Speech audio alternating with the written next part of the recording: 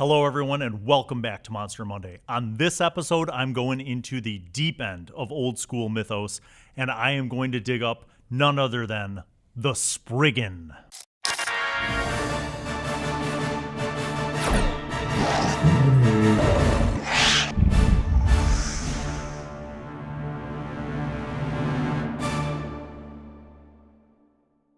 So if you're following along at home, you'll need to look at your copy of the Monster Manual 2 by Gary Gygax, which was for Advanced Dungeons and Dragons. The Spriggan is an awesome creature, and I'm not sure why more modern games don't have it, because as you'll soon see, it is awesome.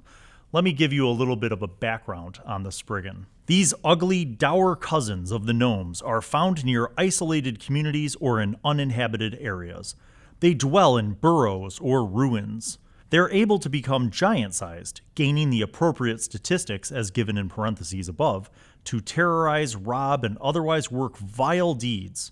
They hate only gnomes more than humankind, and they associate only with their own ilk. In addition to their usual attack forms, a Spriggan can use the following spell-like powers at will, one at a time, one per round. Affect normal fires, assume giant size, scare at a -2 on the saving throws due to ugliness, and shatter. In giant-sized form, a Spriggan can no longer cast other magic, but small size can be regained at will.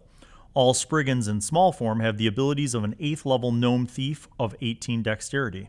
They can pick pockets, open locks, find remove traps, move silently, hide in shadows, hear noise, climb walls, read languages. Backstabbing is for triple damage and can only be performed in small form. And in small forms, Spriggans are basically thieves, while in large form they are giant bandits.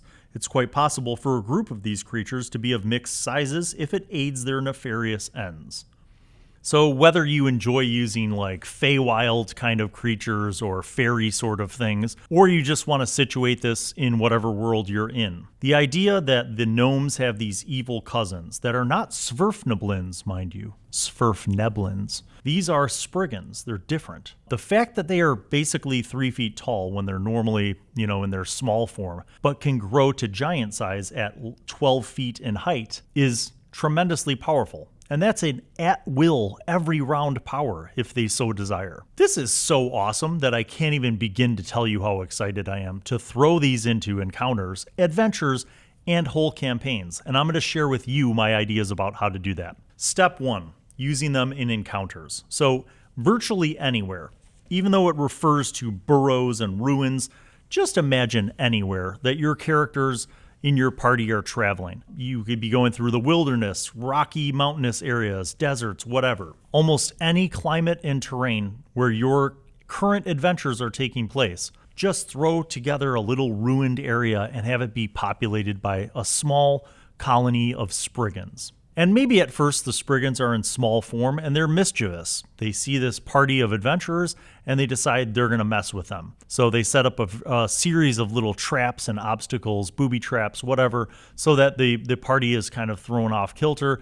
And then maybe they come in and deceptively try to, offer assistance, and they appear to be friendly at first. And then as the party kind of judges whether they're trusting these guys or not, either they follow the Spriggans back to the Spriggans' kind of habitat, their home, or maybe the party is wise to the trickery of the Spriggans and they, combat ensues. And all of a sudden, 1 or 2 of those Spriggans sprout up into giant size mode and start walloping on people. This could end in 2 different ways. Number 1, the party could be smart and run away if they're getting outnumbered and outgunned.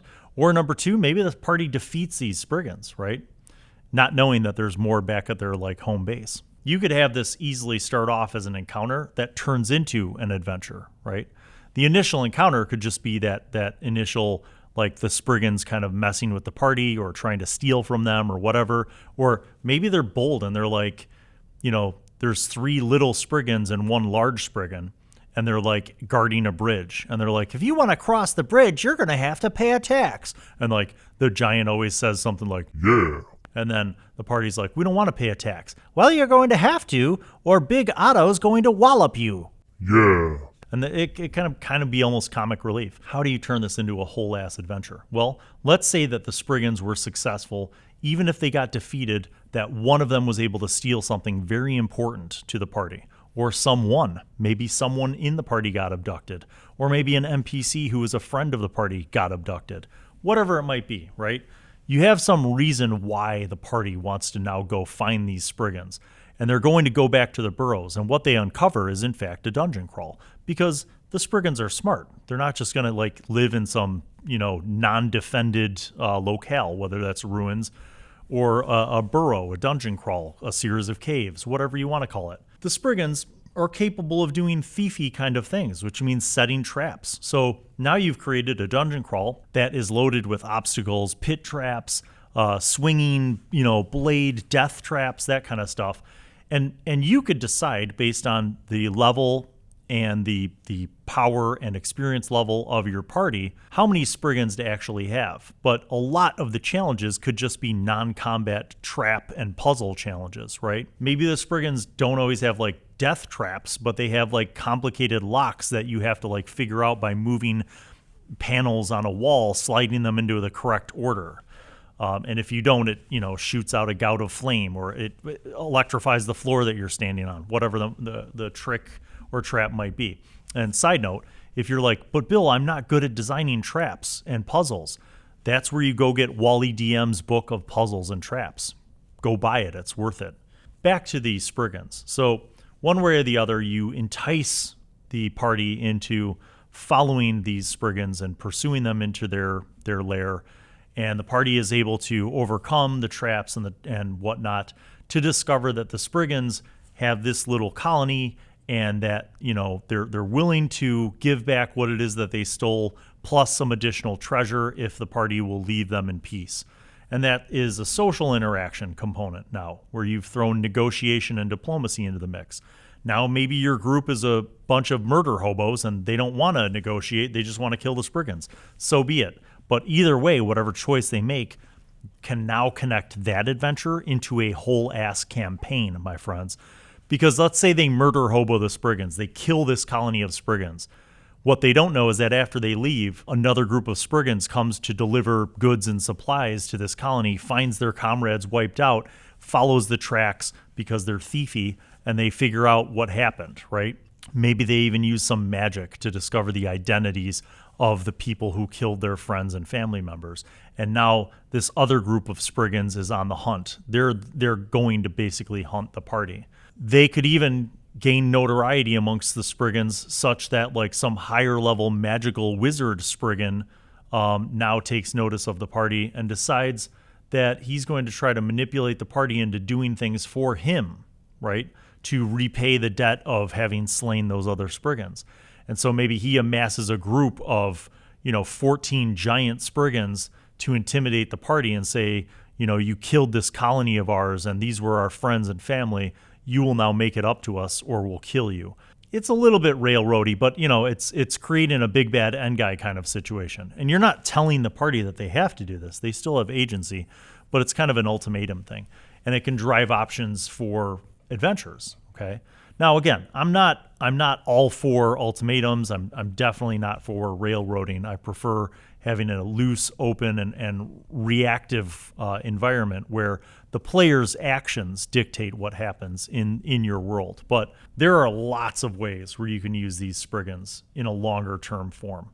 Now, even though in the notes it says that they basically only interact with their own ilk, suppose for a minute that you have some gnomes or a culture or civilization of gnomes or a faction of gnomes in your world, and these gnomes are friends of your party, of your PCs.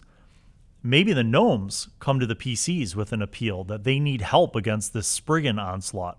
So that's another angle with which you could get the party involved in this basic faction war between the good gnomes that they're allies with and these Spriggans. And that could be like a series of, various tactics and actions and, missions that have to happen in order for the party to help their buddies, the gnomes, to defend against the Spriggans and ultimately drive the Spriggans back. The Spriggans as individuals or as small cells, but also as larger factions interacting with the world around them could be another interesting way to integrate these. Before we wrap this up, just to go over the stat block, because this is an AD&D, and if you're intimidated by Advanced Dungeons and Dragons and like, well, how do I convert that to 5e? It's pretty straightforward, so I'll kind of walk through how I would do that. So usually number appearing, 3-12, that means that like you could run into 3 of them, or maybe a group of 6 or 9 or 12.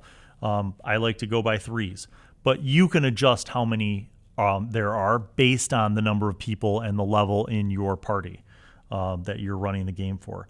Their armor class should be somewhere, if you're playing like 5e, it should be somewhere in the mid-teens. 15 would probably be a reasonable armor class, maybe 18 if you have like a more buffed or challenging Spriggan. They do wear armor, they can wear armor, so that would make sense if you wanted them to do that. They do get 2 attacks, and it looks like their weapon attacks are with whatever weapons they're using. So the small Spriggans might be using smaller weapons like daggers and short swords and hand axes. The large giants should definitely be using 2-handed weapons as single-handed weapons. So a 12-foot tall Spriggan could be wielding 2 great axes, or a maul, like a 2-handed hammer, and a great sword in the other hand, or 2 mauls, whatever. So they should be doing big damage, like 2d6, 3d4, 1d12, that kind of damage per attack. Also factor in, if you're giving them stats, if you wanted to look at like the hill giant as an example of a stat block for the large size Spriggan, that might work for the physical attributes in terms of how do you scale up their strength, constitution, and so forth. Remember too that like, as this has indicated, the other magical effects, the other spells that the Spriggans have are only available when they're in small form. So when they're in large form, think of them as more physical opponents who are going to engage in combat.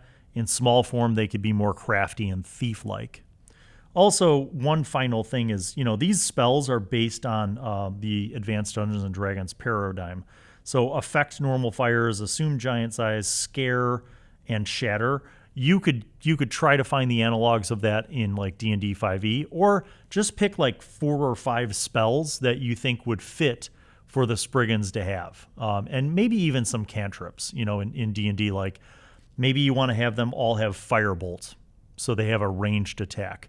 Or if that's extra, if that's too much, maybe some of them have some kind of illusion-based cantrips, like Minor Illusion, Prestidigitation, those kind of spells that would allow them to kind of perform illusory tricks on the party to kind of distract them or trick them. Nothing that makes them super overpowered. But I would say, remember that what this note says about backstabbing is triple damage. So just bear in mind that, if you have a small Spriggan who is attacking with a short sword or a dagger, that if they successfully get their backstab off, that they get an additional 3d6. So just those little things make the Spriggans pretty powerful. You can scale them based on like raising or lowering their hit points, or making them a little less tough if you want to use Spriggans on a lower level party. I would say that as they are statted, they're pretty well suited to a mid-level party. And then if you want to go high level, like I said, make a few like uber Spriggans who have higher level spell capabilities when they're in small form. And then maybe, go beyond large size. Like maybe you have some that not only can use the at-will large size, but maybe they have some kind of strength boost as well. So there are lots of ways to adapt and scale the Spriggans for low level, mid level, or high level, and they're very easy to convert if you're using other game systems. So I hope this little dip into history with the Spriggan from the Monster Manual 2 has been informative and maybe entertaining. If you have encountered Spriggans or used them in your games, please comment. I like to read and comment on all of the comments on my channel. And if you are looking to support the channel and the work that we do here, you can go over to patreon.com/BillAllenWorld, where you can find a number of different tiers that would fit your budgetary options. Thank you, as always, you guys, for liking, for subscribing, and for supporting the channel. And we'll see you on the next episode of Monster Monday. Game on.